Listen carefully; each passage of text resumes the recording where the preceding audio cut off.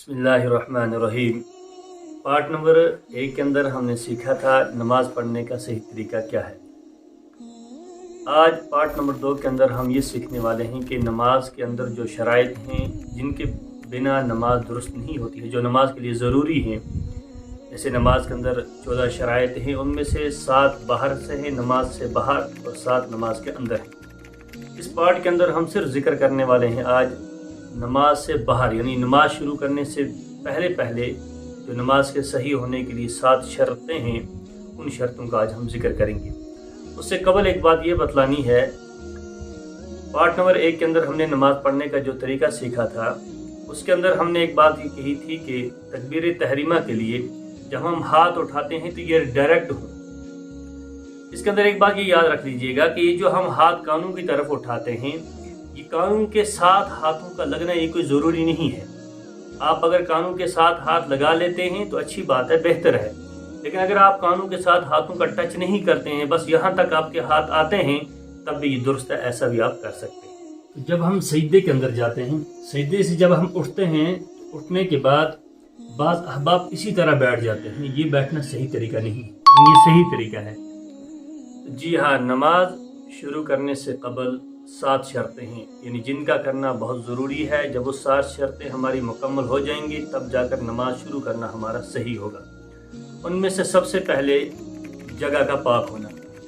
जिस जगह पर हम नमाज पढ़ना चाहते हैं, अव्वलन वो जगह पाक हो। अगर जगह नापाक होगी तो हमारी नमाज दुरुस्त नहीं है। तो अव्वलन जगह हमारी पाक हो। नंबर 2, कपड़ों का पाक होना। जिन कपड़ों को पहनकर हम नमाज पढ़ रहे हैं, वो कपड़े हमारे पाक हों।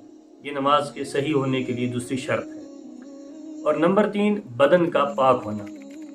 बदन हमारा जो है ये नापाकी से भी पाक हो और हदस से भी पाक हो, यानी हमारे बदन के साथ कोई नापाकी भी ना लगी हो। और दूसरा ये है कि हम हदस यानी बगैर वुज़ू के ना हो। नमाज के सही होने के लिए बदन का पाक होना, चाहे वो नापाकी से हो चाहे हदस से हो, उससे पाक होना ज़रूरी है, बावुज़ू हम रहे।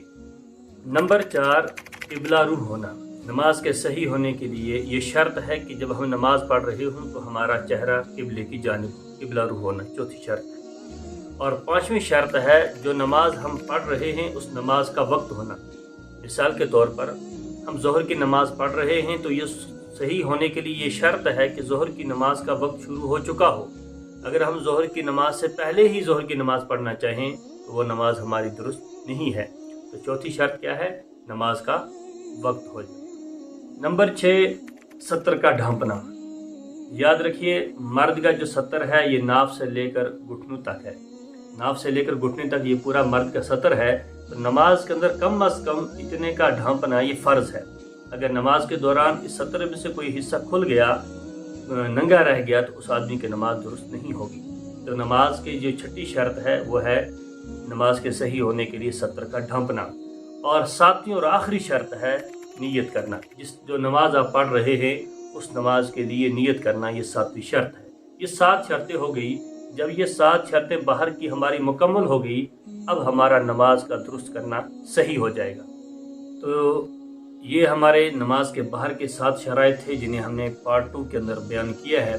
इंशाल्लाह पार्ट 3 के अंदर हम आपके सामने बयान करने वाले हैं कि नमाज के अंदर के शराइत कौन हैं, जो नमाज शुरू करने के बाद जिनका पूरा करना लाजमी है। वो इंशाल्लाह अगले वाले पार्ट के अंदर आपके सामने